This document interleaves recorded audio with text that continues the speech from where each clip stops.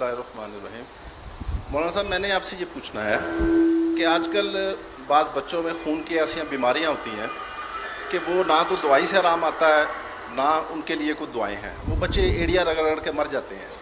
تو اللہ تعالیٰ نے جو انسانوں سے شفا کا وعدہ کیا ہے، ان بچوں کے لیے خانہ کعبہ میں بھی دعا کی گئی، مسجد نبوی میں بھی دعا کی گئی۔ مثلا ایک بیماری ہے تھیلیسیمیا، اس میں بچوں کو ہر 10 دن بعد بلڈ لگتا ہے اور ان کی زندگی کا انحصار اسی پہ ہے۔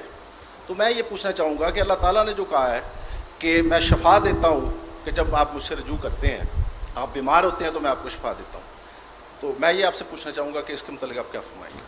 واقعی پریشانی پیدا ہوتی ہے، انسان جو اس کی نظر ہے تھوڑی دور تک، یہ جب ایسے حالات سے دوچار ہوتا ہے تو بہت گھبراہٹ کا شکار ہو جاتا ہے، بہت غلط سوال بھی پیدا، کئی لوگ اسی طرح دہریہ مرہد ہو جاتے ہیں کہ اگر کوئی خدا ہوتا تو یار یہ بری حالت اس بچے کی، اتنے چند دنوں کا نہ کہ اس کا گناہ تڑپ تڑپ پر مر رہا اور بری حالت ہے۔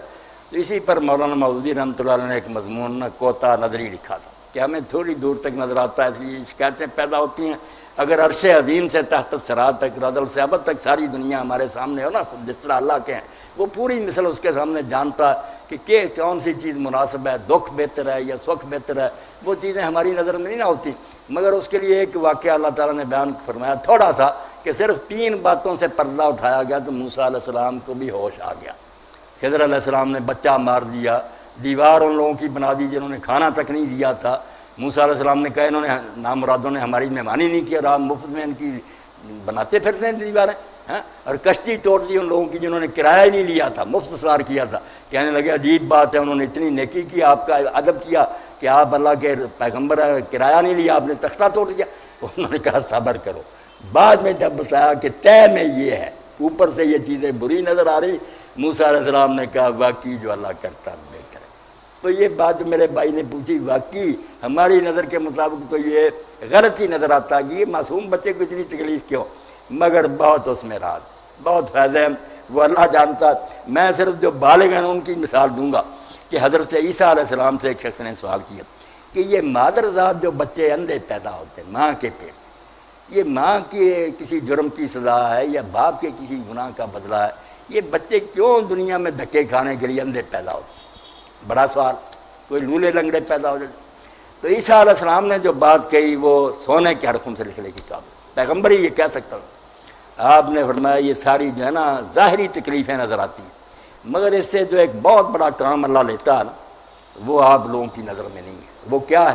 کسی عالم کی 1000 کتاب میں اور درس بھی وہ اثر نہیں کر سکتے، جو ایسے بندے کو ٹھوکریں کھاتے ہوئے اندھے کو دیکھ کر اگر آدمی دل بیدار رکھتا ہو تو سیکھ سکتا ہے کہ اگر میرا بھی یہ حال ہوتا تو کس طرح گاڑیاں آ کر میرے ساتھ ٹکرا دی، کس طرح میں بازاروں میں گرتا پھرتا۔ تو فرمایا اللہ نے یہ نابینے اس لیے پیدا کیے ہیں تاکہ آنکھوں والوں کو سجائی دے، جن کی آنکھیں ٹھیک بنائی ہیں نا ان کے استاد پھرتے ہیں، یہ ان کی حماقت ہے کہ یہ ہنستے ہیں، یہ ٹھٹھے کرتے ہیں، سوچتے نہیں کہ یہ سرکاری ڈیوٹی دے رہے ہیں۔ بن بولے بتا رہے ہیں کہ بچہ اللہ ایسے بھی پیدا کر سکتا تھا اگر تندرست بنایا۔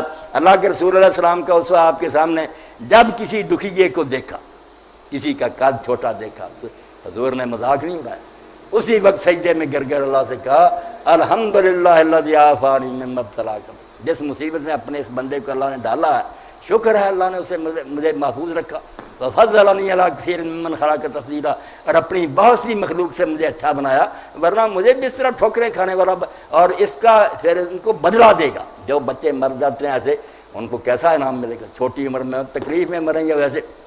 اب صدمہ تو بہت ہے کہ ایک باپ کی یا ماں کی گود میں ایک بچہ آیا، ابھی وہ خوشی ہو رہے تھے، اس کی جان قبض ہوگی، تو اللہ فرشتوں سے پوچھتا حدیث پاک میں آتا، حالانکہ سب جانتا کہ تم نے میرے بندے کے دل کا چین اور اس کی آنکھوں کا نور چھین لیا، اتنا پیارا تھا ان کا بچہ، جان لے آئے ہو، میرے اس بندے نے کیا کہا؟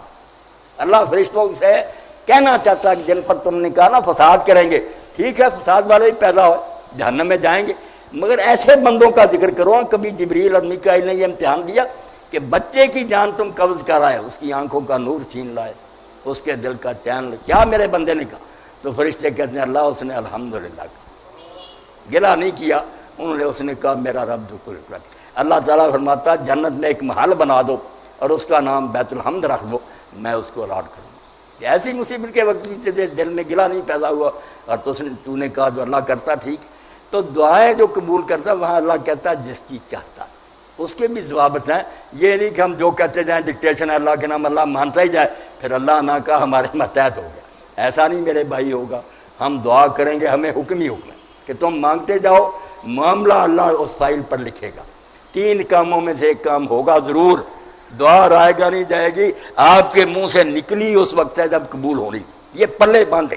اگر قبول نہ ہونا ہوتا اس کا زبان سے نہ نکلنے دیتا. کتنے حرامی پھیر رہے ہیں دعا نہیں کرتے. فرمایا دروازے قبولیت کے کھلے ہیں تو تب دعا تیری زبان سے نکلی ہے, مگر وہ قبول کس طرح ہوگی یہ اللہ خود بہتر. 3 چکرے. یا تو وہی چیز دے گا جو تم مانگ رہے, جلد بازی نہ کرو. یہ نہ کہو بھی مانگتے جاؤ دروازہ کھٹکھٹاتے جاؤ کھل جائے گا. اور اگر وہ بات مناسب نہیں, تم سمجھتے اچھی ہے بیٹا مل جائے, یہ نہیں جانتے کہ جوانی سے آگے جب گزریں گے ہم, یہ جوان ہوگا ہم بوڑھے تو یہی بچہ وہ برتاؤ کرے گا. ہم کہیں گے اس بچے کی بجائے تو اللہ پتھر دے دیتا. میں نے باپوں کو سنا تو فرمایا کہ رو گے پھر تم چھوڑو کون سی چیز, اس کی بجائے میں کوئی بہتر چیز دے دوں گا یا کوئی مصیبت جو قسمت میں لکھی ہے وہ ٹال دوں گا. تم سمجھتے رہے قبول نہیں ہوئی, ہو گئی. اگر نہ ہوتی مصیبت آ رہی تھی, یہ دعا راستے میں کھڑی ہو گئی. اور تیسرا فرمایا اگر اس دنیا میں منظور نہیں قربان جائیں اللہ کی رحمت کے اور اللہ کے رسول کے ارشادات کے. فرمایا بے فکر ہو جا, اللہ فائل میں رکھ لیتا ہے. قیامت کا دن آئے گا کہے گا دنیا میں قبول کرنی نہیں مناسب تھی, وہ پڑی ہے پینڈنگ. یہ جنت ہے, جو اس کی نعمتیں اس دعا کے بدلے چاہتے لے لو. تو جن کی یہاں مانی گئی نا یہ سارے پچھتائیں گے کہ نہ وہاں مانی جاتی, یہاں کے لیے پڑی ہوتی تو آج مزے کرتے. وہ کیا تھی دنیا کی فانی. تو آپ بے فکر ہو جائیں, اللہ رحیم ہے حکیم ہے مہربان. ماں باپ کو بچے کی تکلیف سے اس طرح دکھ ہوتا, وہ تو رحم الرحیم, وہ کیوں نہیں محسوس کرتا, وہ تو سارے علم کا مالک. مگر اس مصیبت میں بھی کوئی بلا ہوتا, کبھی کڑوی دوائی بھی فائدہ دیتی ہے, کبھی میٹھا شربت دیتا. تو یہ بیماریاں مصیبتیں کڑوے گھونٹ ہیں شفا, مگر یہ پیتا کوئی نیک بندہ. اسی لیے نیک لوگوں نے کہا تم تو یار نعمتیں ڈھونڈتے ہو, ہم تو اللہ کی طرف سے مصیبتیں آتی ہیں تو استقبال کرتے ہیں کہ اللہ خوش ہوا تو پیاروں کی طرح چھیڑا نا. یار کا تیر یار کی طرف آیا, مگر یہ عارف مانتا جو اللہ کو پہچانتا, بیوقوف تو رونے لگتا. مصیبت بھی نہیں چلتی, گناہ اپنے پلے پا لے. اگر وہ مانے سبحان اللہ جو تو کر رہا پاک, تو نہیں غلط کرتا, تو مصیبت ٹلے نہ ٹلے سکون ملے گا. اور اس کے عوض جو ہوگا, کیسے ہیں امیر المومنین عمر ابن خطاب رضی اللہ تعالیٰ فرماتے ہیں یار میں صبح کے وقت اٹھوں نا, بیمار ہوں یا تندرست, مجھے کوئی کبھی پریشانی نہیں. بیماری بھی مجھے اتنی پیاری ہے جتنی تندرستی, کیونکہ میں نہیں جانتا کہ ان دونوں میں سے میرے لیے کون سی ہے بہتر. وہ زیادہ بہتر جانتا. اور ساتھ ہی کہتے تھے کہ ہر مصیبت میں مجھے 3 نعمتیں نظر آتی ہیں, پلے باندھو. ایک مصیبت کیا, ایک نعمت کیا.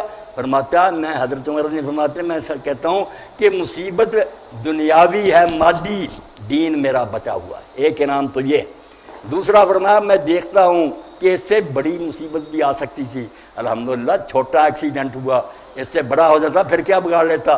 اور تیسرا فرمایا جب ثواب دیکھتا ہوں نا, انما یوفی الصابرون اجرهم بغیر حساب, مرتے دم تک بھی اگر دکھی رہوں گا چند روزہ بات ہے, جو اس کے بدلے میں اللہ ان گنت ثواب دے گا جو کسی کمپیوٹر میں.